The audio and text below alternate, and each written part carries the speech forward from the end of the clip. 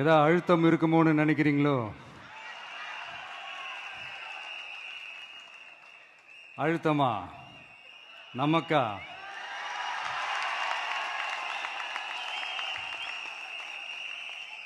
இந்த அழுத்தத்துக்கெல்லாம் அடங்கி போற ஆளா இந்த ஆளு? இந்த மூஞ்சா பார்த்தா அப்படியா தெரியுது உங்களுக்கு?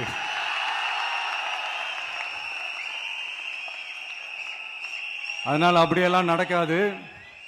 அதுவும் முக்கியமா நம்ம கிட்ட அதெல்லாம் நடக்கவே நடக்காது. ஆனா அழுத்தம் இருக்குதான்னு கேட்டீங்கன்னா இருக்குது. அது நான் இல்லைன்னு சொல்ல வரல. நமக்கு இல்ல, மக்களுக்கு. தமிழ்நாட்டை இதுக்கு முன்னாடி ஆண்டவங்களும் சரி பாஜகவுக்கு அடிமையா தான் இருந்திருக்கிறாங்க. சோ அவங்கள நம்பியும் ஒரு பிரயோஜனமும் இல்லை. இப்ப ஆண்டுகிட்டு இருக்கிற இந்த திமுக அரசாச்சும் நமக்கு ஏதாவது செய்வாங்கன்னு பார்த்தா இவங்களும் அவங்கள மாதிரியே தான். இன்னும் சொல்ல போனா ஒரு படி மேல, இன்னும் மோசம்.